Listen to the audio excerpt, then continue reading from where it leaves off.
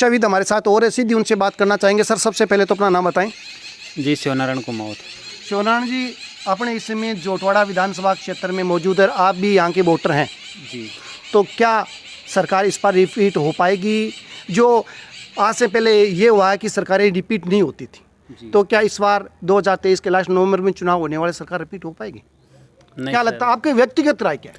मेरी व्यक्तिगत राय यह है कि जैसे पहले होता है ना जी, सेम वही होगा, क्योंकि इस सरकार ने भी विशेष कुछ किया नहीं है। वही किया है जो पहले करते आए। जो नॉर्मल जो सरकारें आती है उनका जो मेन जो काम होता है वो नॉर्मली सभी करते हैं, चाहे सरकार बीजेपी की हो चाहे कांग्रेस की हो। दोनों एक स्पेशल जो सरकार जो स्पेशल वर्क करती है ना, वो सरकार रिपीट होती है। तो ऐसा स्पेशल कुछ किया नहीं है।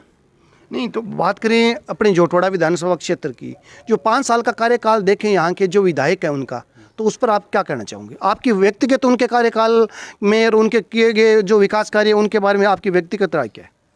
देखो, मेरा जो अनुभव है ना जी, हालांकि यहाँ इस विधानसभा क्षेत्र में और जहाँ मैं रहता हूँ जी, उस एरिया में यहाँ के विधायक जी ने बहुत डेवलपमेंट किया है। जी, लेकिन ये है कि डेवलपमेंट के साथ साथ उन्होंने शायद कुछ गैर कानूनी जो वर्क है ना, जी, उनमें उन्होंने साथ दिया होगा, क्योंकि जो आप पॉलिटिक्स में आमतौर पे होता ही है।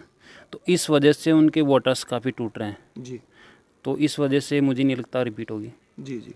नहीं तो आपके नज़रिए में जैसे राष्ट्रीय पार्टियों की बात कर रहे हैं, तो इस बार कैसा उम्मीदवार यहाँ आए वो जीते और आपकी जोटवाड़ा विधानसभा क्षेत्र का विकास हो?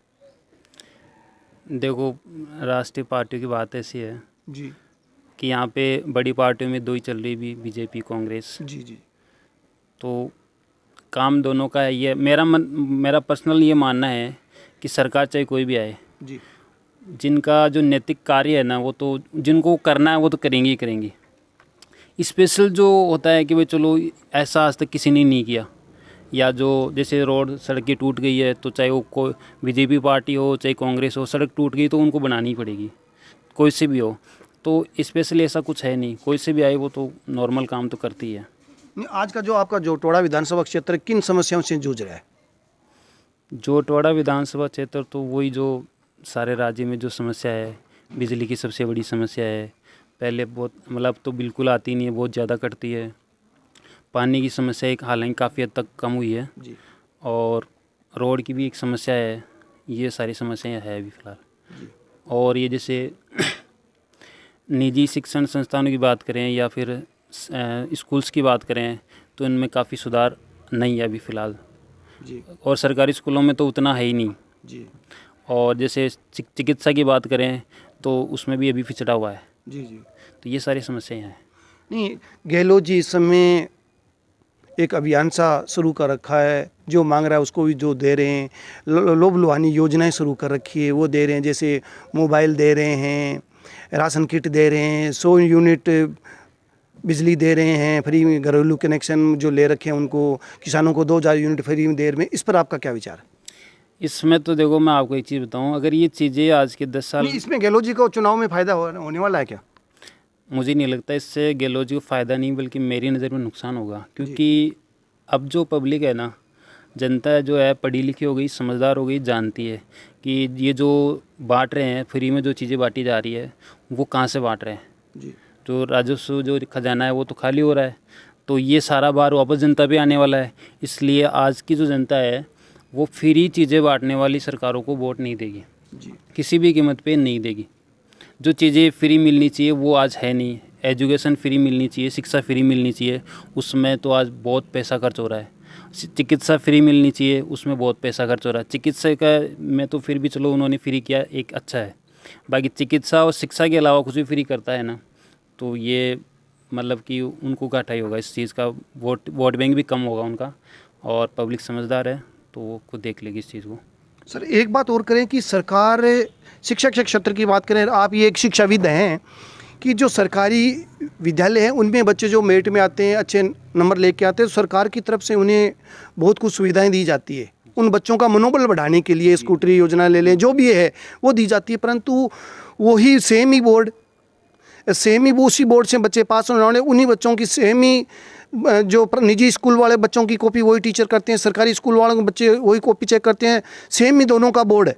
परंतु क्या आपको ऐसा नहीं लगता कि वो निजी स्कूल के बच्चों और जो सरकारी विद्यालय में पढ़ने वालों बच्चों के साथ सरकार भेदभाव कर रही है?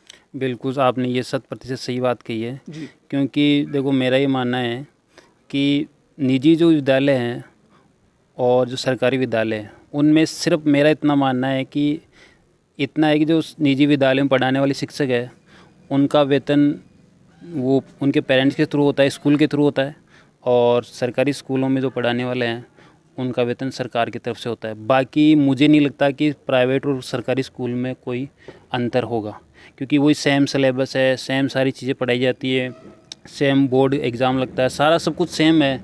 बस ये कि ये वेतनमान है जो प्राइवेट स्कूल में स्कूल की तरफ से होता है और निजी जो सरकारी स्कूल होता है उनमें गवर्नमेंट की तरफ से होता है। नहीं, मेरा पूछने का ये था आपसे कि जो सरकार बच्चों को वजीफ़ा देती है या प्रोत्साहन राशि देती है, जो योजनाएं शुरू कर रखी है, जो गवर्नमेंट जो बच्चे अध्ययनरत तो उनके लिए तो है, पर निजी विद्यालयों में जो बच्चे पढ़ते हैं उनको सरकार नहीं दे रही है, तो ये इस पर आपका क्या कहना है? मेरा ये कहना है ये बिल्कुल सबको समान दिया जाना चाहिए क्योंकि जो प्राइवेट स्कूल में पढ़ रहा है बच्चा उसी बोर्ड से वही बराबर बैठ के सरकारी स्कूल वालों के बराबर बैठ के वही सिलेबस पढ़ के अगर उनसे अच्छा अगर परिणाम दे रहा है तो सरकार को उन बच्चों को भी प्रोत्साहित करना चाहिए। सर, आपने अपने विचार रखे, इसके लिए आपका बहुत बहुत धन्यवाद। Thank you sir.